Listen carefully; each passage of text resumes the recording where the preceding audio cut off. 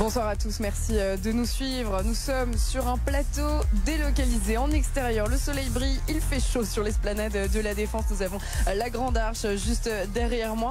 Pourquoi nous sommes dans les Hauts-de-Seine aujourd'hui? Eh bien parce que c'est la 66e étape du relais de la flamme olympique dans ce département de l'Ouest francilien.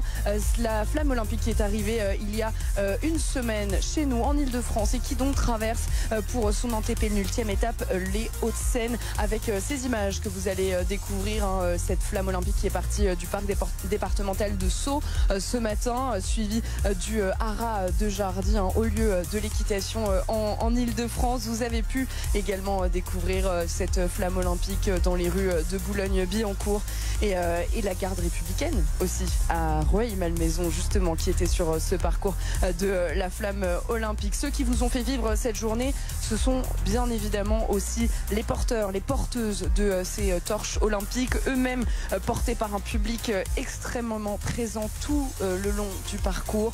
La jeunesse qui fait l'objet d'une attention toute particulière depuis le début de l'organisation de ces Jeux, puisque c'est eux qui doivent pouvoir en profiter, mais qui seront aussi l'essai transformé de futurs sportifs français. Toute la journée, on a été le long du relais pour vous faire vivre justement ce parcours de la flamme olympique chez nous, et on va justement retrouver Ella Gelidi qui se trouve actuellement au niveau du stade Yves du Manoir.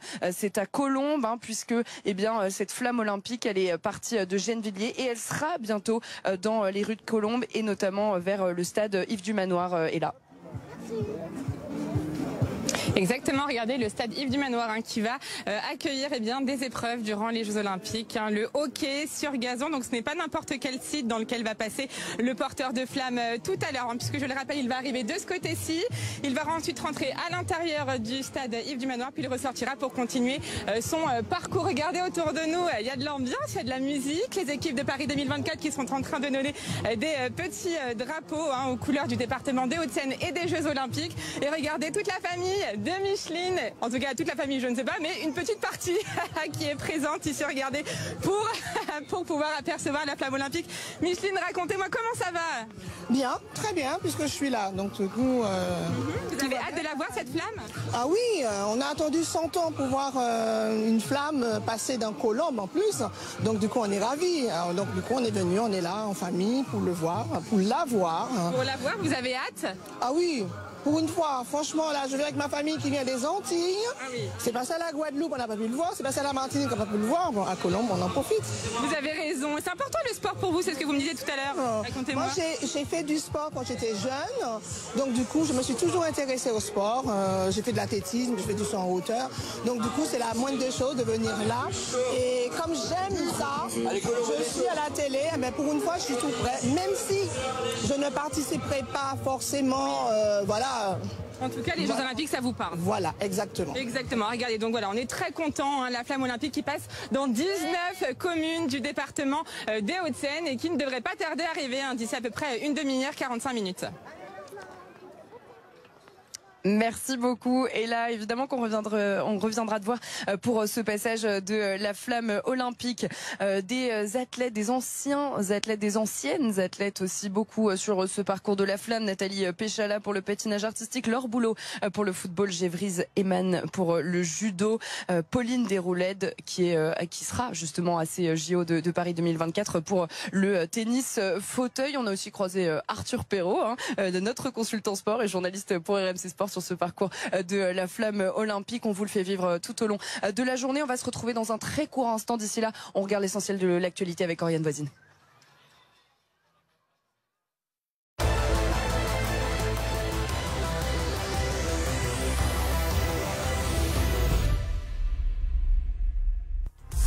Vous regardez BFM Paris Île-de-France. Merci d'être avec nous. Voici les titres de l'actualité dans notre région. Perche, vélo, fleuret, à quelques jours de l'ouverture des JO de Paris, travailleurs et bénévoles sont en ébullition à l'aéroport de Roissy-Charles de Gaulle pour transporter de la piste d'atterrissage à la piste olympique l'encombrant matériel sportif qui accompagne les athlètes. 90% des délégations olympiques sont désormais dans la capitale.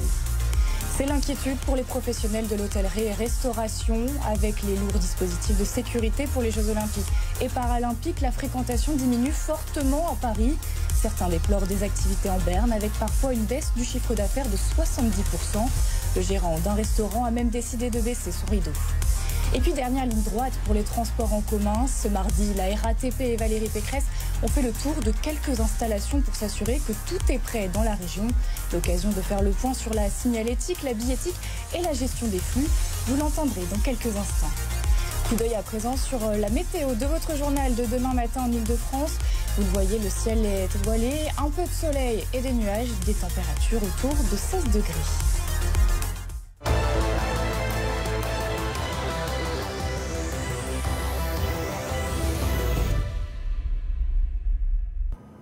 C'est l'ébullition à l'aéroport de Roissy-Charles de Gaulle. 90% des délégations olympiques sont déjà arrivées à Paris avec du matériel sportif encombrant.